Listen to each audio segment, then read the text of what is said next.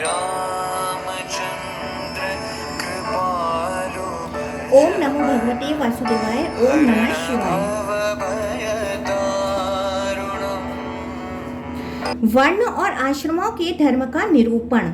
मुनियों ने कहा, ब्राह्मण, अब हम वर्ण धर्म और आश्रम धर्म का विशेष रूप से वर्णन सुनना चाहते हैं। विप्रवर, अब उसी का वर्णन कीजिए। व्यासी बोले, जिसवरों, अब मैं क्रमशः ब्राह्मण, क्षत्रिय, वैश्य और शूद्र, इन चारों वर्णों के धर्म का वर्णन करूंगा। तुम लोग एकाग्रचित्त होकर सुनो। ब्राह्मण को सदा दान, दया, तपस्या, देवयज्ञ और स्वाध्याय में तत्पर रहना चाहिए। तर्पण और अग्निहोत्र उसका प्रतिदिन का कार्य होना चाहिए।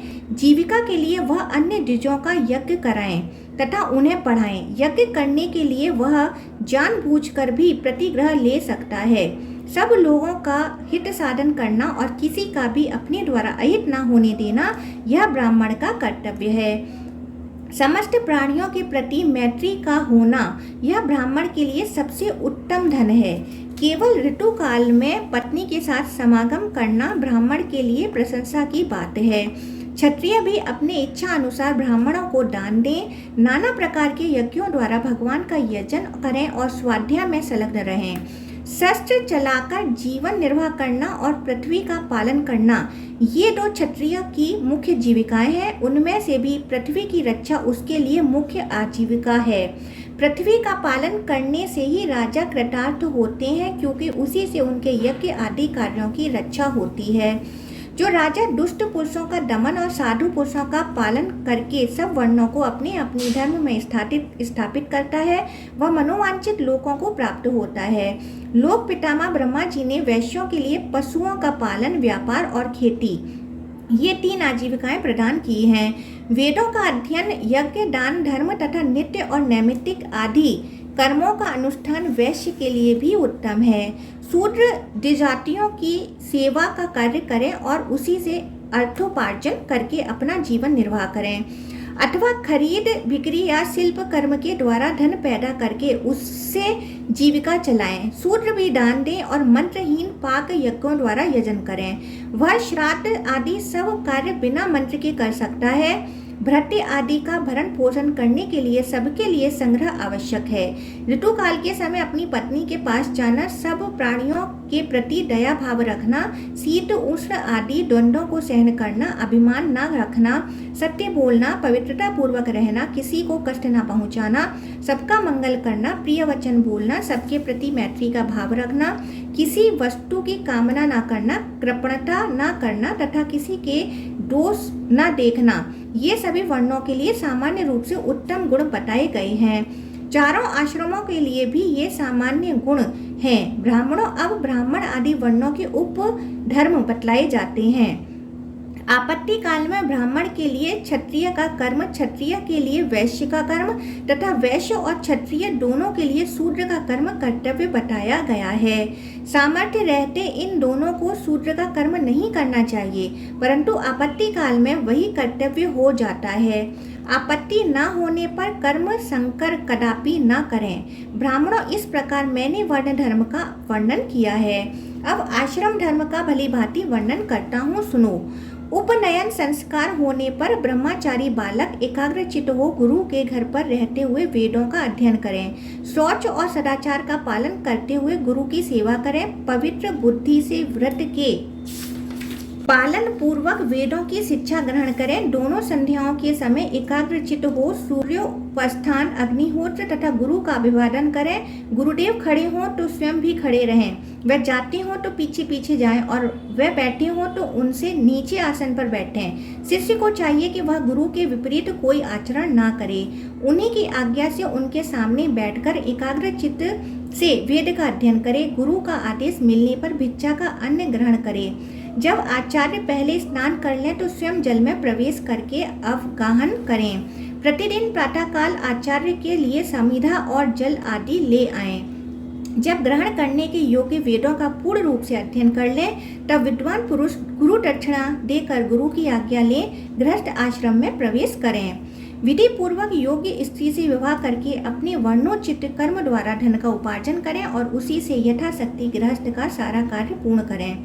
श्राद्ध के द्वारा पितरों, यज्ञ द्वारा देवताओं और अन्य से अतिथियों, स्वाध्याय से मुनियों, संतानों उत्पादन से प्रजापति, बलि वैश्वदेव से संपूर्ण भूतों तथा सत्य वचन के द्वारा संपूर्ण जगत का पूजन करें। ऐसा करने वाला पुरुष अपने कर्मों द्वारा उपार्जित उत्तम लोकों में जाता है। भिक्षा पर निर्वाह करने वाले सन्यासी और ब्रह्मचारी भी गृहस्थों के ही अवलंब से रहते हैं। अतः गृहस्थ आश्रम श्रेष्ठ माना गया है। जो ब्राह्मण वेद अध्ययन, तीर्थ स्नान और पृथ्वी के दर्शन के लिए भूतल पर भ्रमण करते हैं, जिनका कोई घर नहीं है, जो प्राण निराहार रहते और जहाँ संध्या हो गई वहीं डेरा डाल देते हैं, ऐसे लोगों का सहारा और आधार गृहस्थ ही है। पूर्वोक्त द्विज जब घर पर पधारे तो मधुर वाणी से सदा उनका स्वागत सत्कार करना चाहिए। उन्हें सैया, आसन और भोजन देना चाहिए। जिसके घर में अतिथि निराश होकर लौटता है वह उसे अपना पाप दे बदले में उसका पुण्य लेकर चल देता है। गृहस्थ पुरुष में दूसरों के प्रति अवहेलना, अपने में अहंकार, दंभ, परनिंदा, दूसरों पर चोट करने की प्रवृत्ति और कटु वचन बोलने का स्वभाव होना अच्छा नहीं माना गया है। जो गृहस्थ इस प्रकार उत्तम विधि का पालन करता है वह सब प्रकार के बंधनों से मुक्त हो उत्तम लोक में जाता है। गृहस्थ पुरुष बुढ़ापा आने पर अपनी स्त्री का भार पुत्रों को सौंप दे और स्वयं तपस्या के लिए वन में चला जाए अथवा स्त्री को भी साथ ही लेता जाए। वहाँ पत्तियां, मूल और फल आदि का आहार करते हुए पृथ्वी पर शयन करे। सिर के बाल, दाढ़ी और मूछ न कटाए। वानप्रस्थ मुनि के लिए सब लोग अतिथि हैं। वह मृगचर्म, कास और कुश आदि की कौपीन एवं चादर धारण करे। उसके लिए तीनों समय स्नान करना उत्तम माना गया है।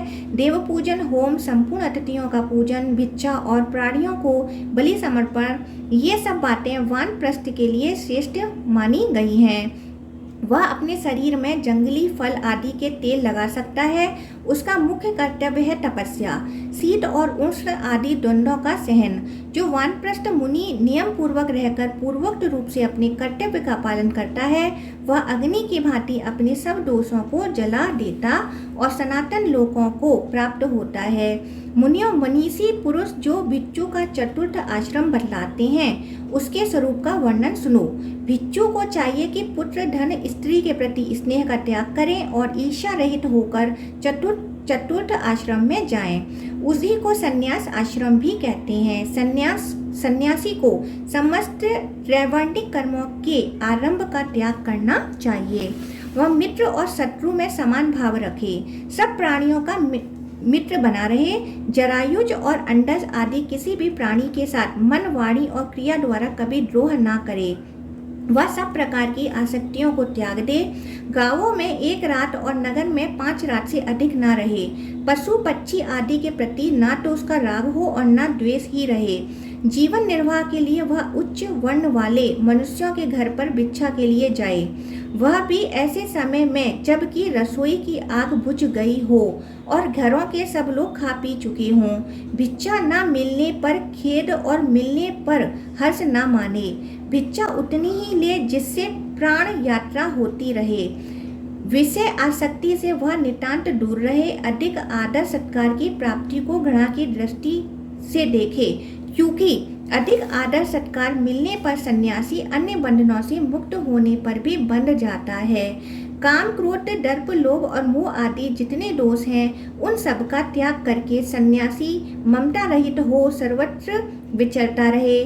जो संपूर्ण प्राणियों को अभय दान देकर पृथ्वी पर विचरता रहता है उस देह अभिमान से मुक्त यति को कहीं भय नहीं होता। जो ब्राह्मण अग्निहोत्र को भावना द्वारा शरीर में स्थापित करके अपने मुख में भिक्षा प्राप्त अन्न रूपी हविष्य डालकर उस शरीरस्थ अग्नि को आहुति देता है वह उस संचित अग्नि के द्वारा उन्मत्त लोकों में जाता है। जो द्विज, पवित्र एवं संयत बुद्धि से युक्त हो शास्त्रोक्त विधि से मोक्ष आश्रम का पालन करता है वह बिना ईंधन की प्रज्वलित अग्नि के सदृश शांत तेजोमय ब्रह्मालोक में जाता है। ओम नमो भगवते वासुदेवाय।